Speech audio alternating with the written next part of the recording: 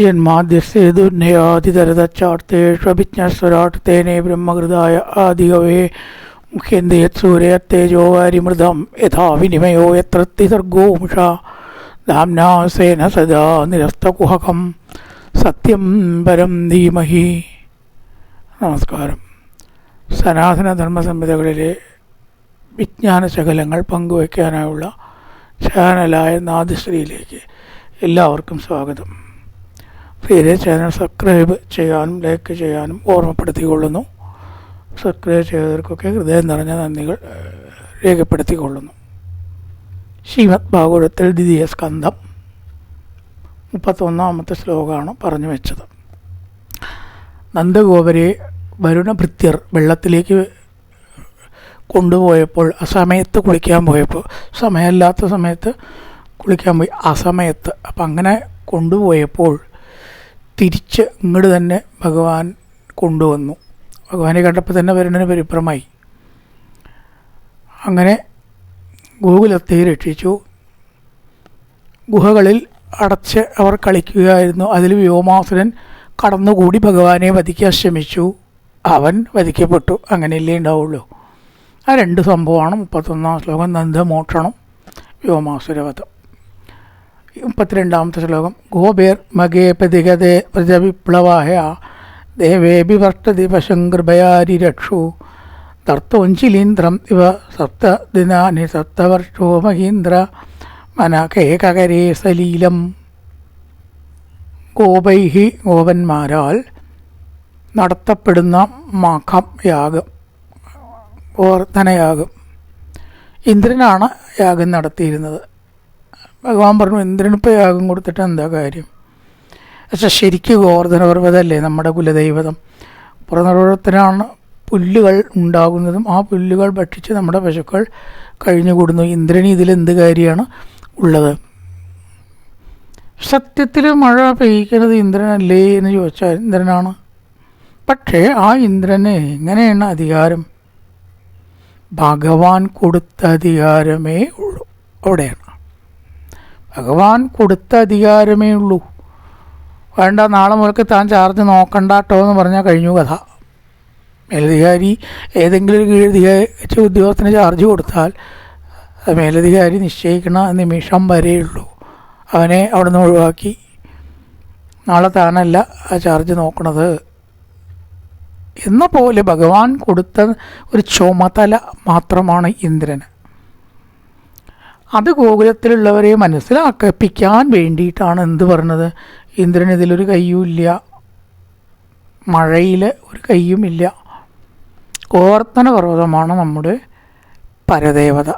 അതിലത്തെ പുല്ല് തിന്നിട്ട് പശുക്കൾ കഴിയണം. അപ്പം അതിനെയാണ് പൂജിക്കേണ്ടത് എന്ന് പറഞ്ഞ് ഗോപേർ മഖേ പ്രതിഹതേ, അതിനെ മുടക്കി. ഏത് യജ്ഞം മുടക്കിയത്? ഇന്ദ്രന് കൊടുക്കാൻ കൊടുക്കുമായിരുന്ന യജ്ഞത്തെ മുടക്കപ്പെട്ടപ്പോൾ ഇന്ദ്രന് ദേഷ്യം വന്ന് മഴ പെയ്ച്ചു. വ്രജവിപ്ലവായ, ഗോകുലത്തെ നശിപ്പിക്കാനായിക്കൊണ്ട് ദേവേ ഇന്ദ്രൻ അഭിവർഷതി, മഴ പെയ്ച്ചപ്പോൾ എന്തുണ്ടായി? സപ്തവർഷ, 7 വയസ്സായവൻ. വർഷ എന്നുള്ള അവിടെ ദേവേ അഭിവർഷതി എന്ന് മഴ പെയ്യിക്കലാണ്.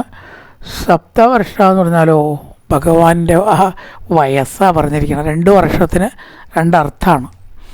ഒന്ന് മഴ ദേവേന്ദ്രപക്ഷത്തിൽ, കൃഷ്ണപക്ഷത്തിൽ വയസ്സും.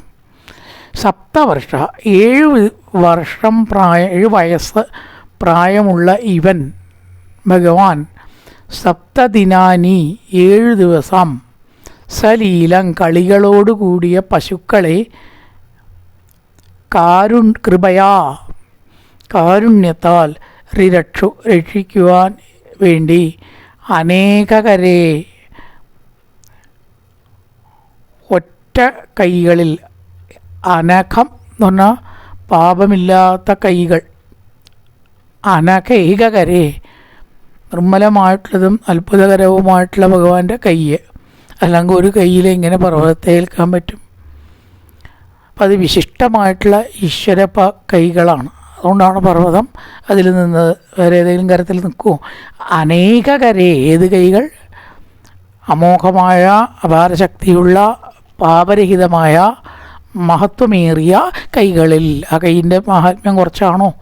അതുകൊണ്ട് അനേക കരേ എന്ന് പറഞ്ഞത് അപാരമായ അതിൻ്റെ കൈകളിൽ എന്ത് ചെയ്തു? മഹീന്ദ്രം ഗോവർദ്ധന പർവ്വതത്തെ ഉച്ചിലീന്ദ്രം ഇവ കൂന് എന്ന പോലെ. കൂനിപ്പോൾ കയ്യിലെടുക്കാൻ ആർക്കെങ്കിലും വല്ല ബുദ്ധിമുട്ടുണ്ടോ? ഉച്ചിലീന്ദ്രം കൂന്. ഉച്ചിലീന്ദ്രം ഇവ സപ്തദിനാനി സപ്തവർഷോ മഹീന്ദ്ര പർവ്വതത്തെ അനഘൈകകരേ സലീലം. അതാണ് ദേവേ അഭിവർഷതി എന്നാണ്. ഗോപേർ മകേ പ്രതികതേ ദേവേ അഭിവർഷതി. ആ ദേവേന്ദ്രൻ മഴ പെയ്ച്ച് ഗോകുലത്തെ നശിപ്പിക്കാൻ ശ്രമിച്ചു, തനിക്കുള്ള യജ്ഞം മുടക്കിയപ്പോൾ. അപ്പോൾ എന്ത് ചെയ്തു? സപ്തവർഷ 7 വയസ്സായിട്ടുള്ള കൃഷ്ണൻ ഉച്ചിലീന്ദ്രം ഇവ ഏകകരേ മഹീന്ദ്രം ദർത്തവും പർവ്വതത്തെ ധരിച്ചു. ദർത്തവും എന്ന് പറഞ്ഞാൽ ശിലീന്ദ്രം കൂന് പോലെ നിഷ്പ്രയാസം ഗോവർദ്ധനോദ്ധാരണം നടത്തി. ഗോപേർ മഖേ പ്രതിഹതേ യജ്ഞം തടഞ്ഞപ്പോൾ. ഇപ്പോൾ കൃഷ്ണനാണ് തടഞ്ഞത്, ഇന്ദ്രനല്ല കൊടുക്കേണ്ടത്. പ്രജവിപ്ലവായ ദേവേഭി വർഷതി. ഇന്ദ്രൻ മഴ പെയ്ച്ചു ഗോകുലത്തെ നശിപ്പിക്കാൻ. പശുവിൻ കൃപയാരിരക്ഷു. ആ പശുവിനെ രക്ഷിക്കാനായിക്കൊണ്ട് കൂനുപോലെ പർവ്വതത്തെ പൊന്തിച്ചു. ധർത്തോഞ്ചിലീന്ദ്രം ഇവ സപ്തദിനാനി. എത്ര ദിവസമാണ് പൊന്തി പിടിച്ചത്? കുന്നിനെ 7 ദിവസം പൊന്തിച്ച് പിടിച്ചു. ഇപ്പോൾ ഭഗവാന് 7 വയസ്സാണ്. സപ്തവർഷോ മഹീന്ദ്രമനകേകരേ സലീലം ക്രീഡൻ വനേ നിശിനിശാകരശ്മിഗൗര്യാം രാസോന്മുഖക്കളപദായതമൂർച്ഛിതേനാം ഉദ്ദീപിതസ്മരരുജാം മൃജവൃദ്ബധൂനാം അർത്തുർഹരിഷ്ഠതി ശിരോധനദാനുഗസ്യ.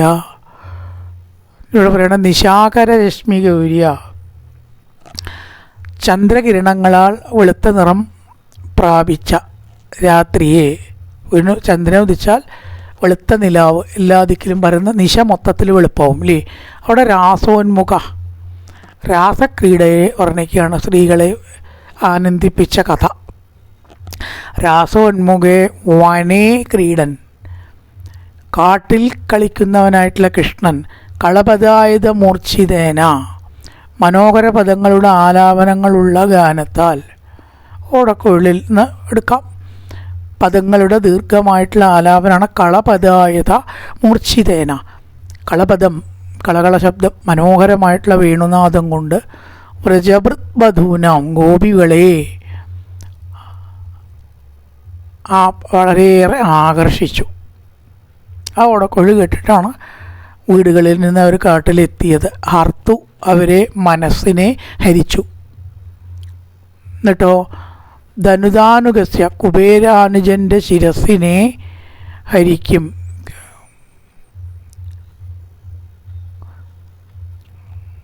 കുബേരാനുജനാണ് മന്മഥൻ എന്നാണ് സങ്കല്പം. സാക്ഷാൽ മന്മഥ എന്ന് ഗോപികാഗീതത്തിൽ.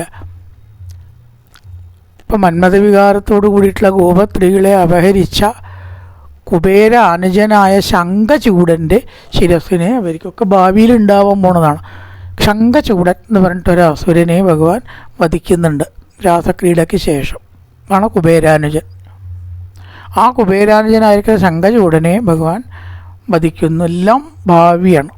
തുടർന്ന് രാസക്രീഡയിലെക്കൂടെ വധിക്കും. ക്രീഡൻ വനേ നിശാകര രശ്മി ഗൗര്യാം രാസോന്മുഖ കളപദായുധ മൂർച്ഛിതേന. മനോഹരമായ വേണുഗാനം കൊണ്ട് സ്ത്രീകളെ ആകർഷിച്ച് ഉദ്ദീപിത സ്മരരുജാം മൃജവൃദ്ബധൂനാം, ഗോപസ്ത്രീകളെ ആകർഷിച്ച് മന്മഥനെ പോലും മയക്കുന്ന ആ ഭഗവാൻ മന്മഥനെ ആകർഷിക്കുന്നു. പിന്നെ ശിരോധനദാനുഗസ്യ, കുബേരൻ്റെ അനുജനായിട്ട് ശംഖചൂടനെ അതിനുശേഷം വധിക്കുകയും ചെയ്യും. ഈ കുറേ അസുരന്മാരെ വധിക്കുന്ന കഥയാണ് 34-ാം ശ്ലോകം.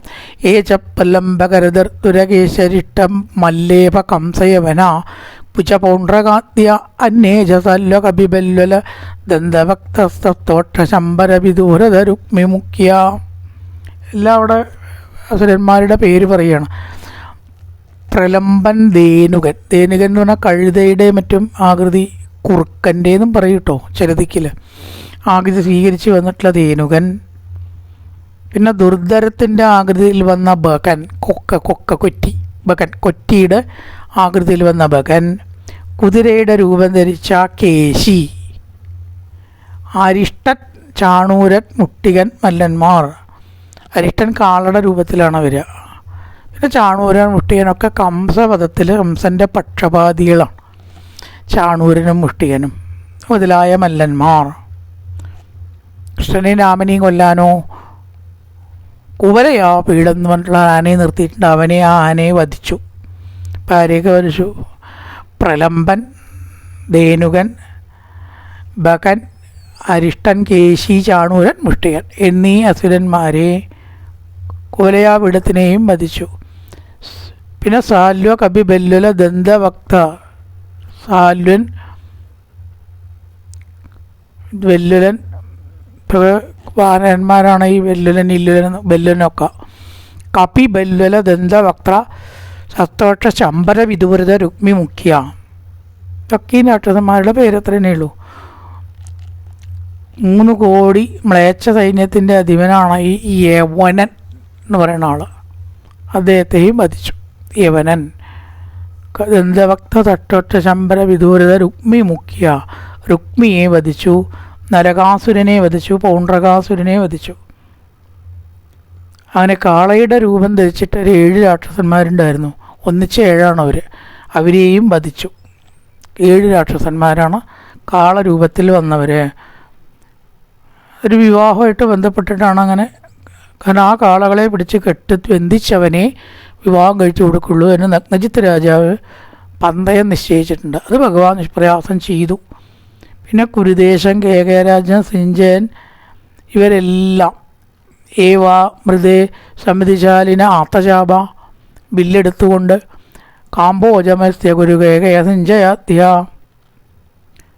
കേകയൻ, സിഞ്ചയൻ ഇവരെയൊക്കെ ബലരാമൻ, ഭീമസേനൻ, അർജുനൻ എന്നീ പേരോടു കൂടിയ ഹരി നിമിത്തമായി വധിച്ചു.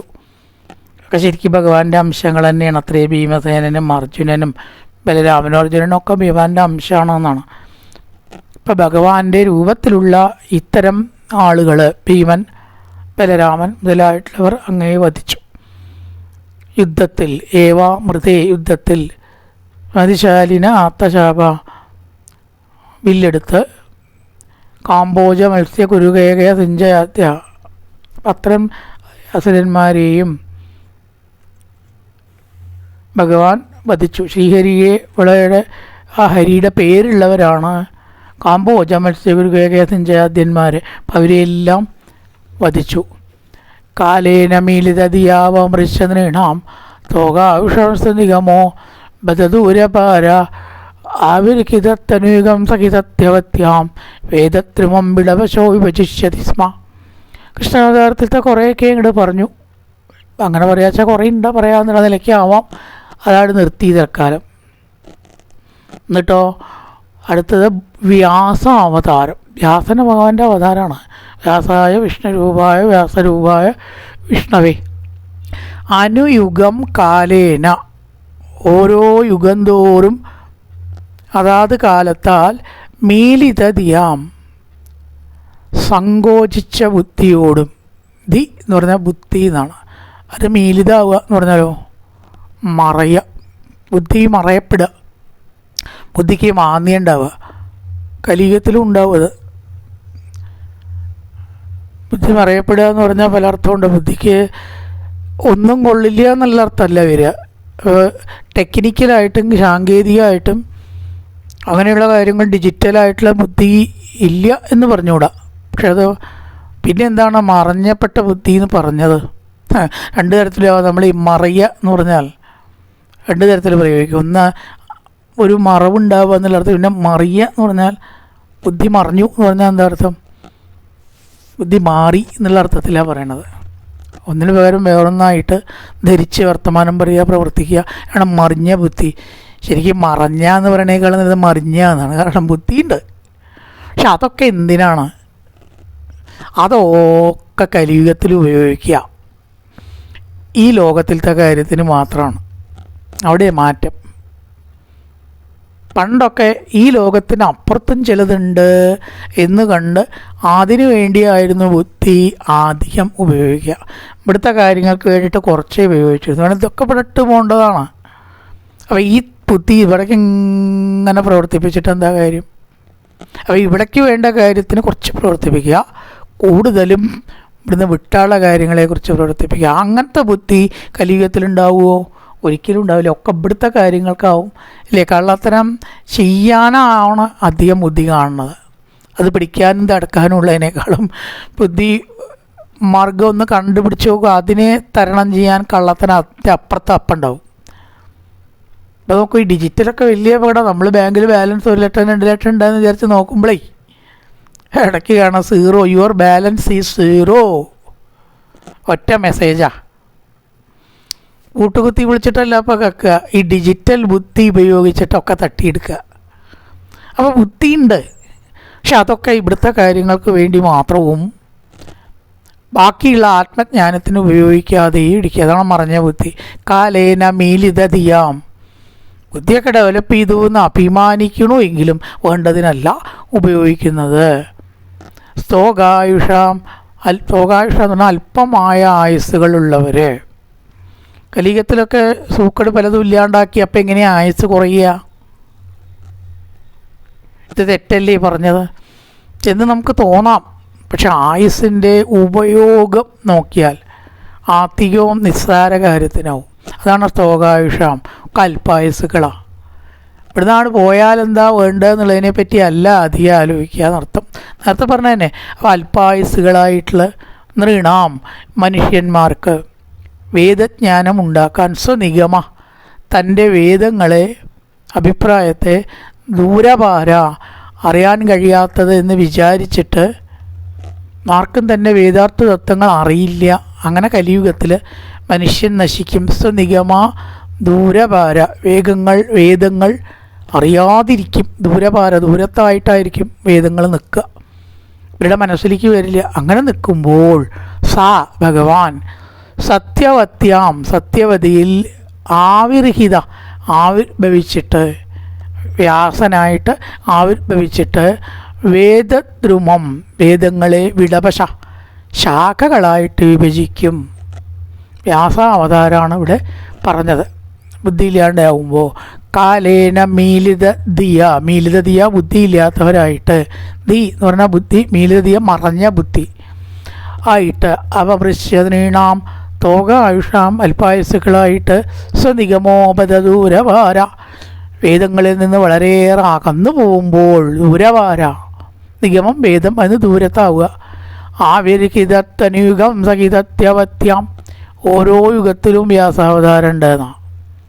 ഓരോ കലിയുഗം വരുമ്പോഴും മാറി മാറി വരും. ഇത്രയതേ 4ാമത്തെ യുഗം കഴിഞ്ഞാൽ വീണ്ടും ആദ്യത്തെ യുഗം അങ്ങനെ മാറി വരുമ്പോഴാണ് അനുയുഗം. ഒരു വ്യാസാവതാരം മാത്രമല്ല, ഈ അവതാരങ്ങളൊക്കെ പല പ്രാവശ്യം യുഗങ്ങളുടെ ആവർത്തനത്തിനനുസരിച്ച് ഉണ്ടായിട്ടുണ്ട്. അതുപോലെ വേദദ്രുമം വിടവശോ വിഭജിച്ചതിസ്മ വേദങ്ങളാകുന്ന വൃക്ഷങ്ങളെ ശാഖകളായിട്ട് വിഭജിക്കും. അതുകൊണ്ടാണ് വേദവ്യാസൻ വിഭജിക്കപ്പെടുക എന്നുള്ള അർത്ഥമാണ്. വേദവ്യാസൻ വ്യസിക്കുക എന്ന് പറഞ്ഞാൽ വിഭജിക്കുക.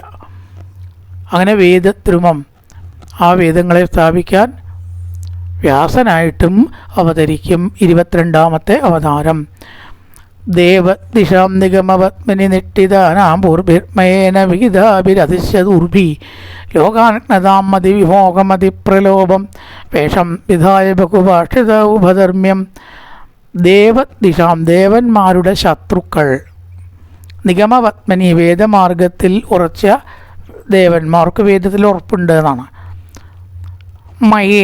മയനാൽ വിഹിതാഭി ഉണ്ടാക്കപ്പെട്ടതും അദൃശ്യദൂർഭി കാണാൻ കഴിയാത്തതുമായ ചില പുരങ്ങളാൽ, പൂർബി എന്ന് പറഞ്ഞാൽ പൂർബി പുരം എന്നാണ്, കെട്ടിടങ്ങളാൽ ലോകങ്ങളെ ക്രതാം സംഭരിക്കുന്ന അവരുടെ മതിവിമോഹനമതിപ്രലോഭം ബുദ്ധിയെ മോഹിപ്പിക്കുന്നതും വഞ്ചിപ്പിക്കുന്നതുമായ വേഷത്തെ ധരിച്ചിട്ട് പാഖണ്ഡമതത്തെ ഭഗവാൻ സ്വീകരിക്കും. ബുദ്ധാവതാരമാണ് ഇവിടെ പറഞ്ഞത് എന്നാണ് വ്യാഖ്യാതാവ് പറയണം. വേഷം വിധായ ബഹുഭാഷിത ഉപധർമ്മ്യം, പലതരത്തിലുള്ള പൂർവ്വമയേന വേദങ്ങൾ പുരങ്ങളാൽ മറച്ച്, വേദങ്ങൾ മറയ്ക്കപ്പെടുമ്പോൾ ഭഗവാൻ എന്തായിട്ട് അവതരിക്കും? ബുദ്ധനായിട്ട് അവതരിച്ച് മറഞ്ഞതായിട്ടുള്ള വേദങ്ങളെ പുനഃസ്ഥാപിക്കും. ദേവന്മാരുടെ ശത്രുക്കളാകുന്ന അസുരന്മാർ നടത്തും. അവരാൽ നിർമ്മിച്ച വേഗത്തോടു കൂടിയ പൂർപ്പിർമയേന എന്ന മയനാൽ നിർമ്മിക്കപ്പെട്ട 3 പുരങ്ങൾ, ത്രിപുരദഹനം, അതിനു വേണ്ടിയിട്ടാണ് ഈ ബുദ്ധാവതാരം ഉണ്ടായത്. ത്രിപുരന്മാർ എന്ന അസുരന്മാരാൽ മറയ്ക്കപ്പെട്ട ജ്ഞാനവും സൽക്കർമ്മവും പുനഃസ്ഥാപിക്കാനായി, ത്രിപുരാസുരവധത്തിനായി, ലോകാൻ ഘനതാം മതിവിമോഹ മതിപ്രലോഭം, ബുദ്ധിയെ ഭ്രമിപ്പിക്കുന്ന മയാസുരരെ കൊല്ലാൻ ബുദ്ധനായിട്ടും അവതരിക്കും. ഇനി കൽക്കി അവതാരം 24ാമത്തെ അവസാനത്തെ അവതാരത്തെ പറയുകയാണ്. യർയാലേഷവിതദാ നഗരേ കഥാസുപാഷണ്ഡിനോ ദിജജന വൃഷടാ മൃദേവ സ്വാഹാ സദാ പഷഡ് ഇരിസ്മഗിരോ നയത്ര ശാസ്ത ഭവിഷ്യതി കലേർ ഭഗവാൻ യുഗാന്തേ.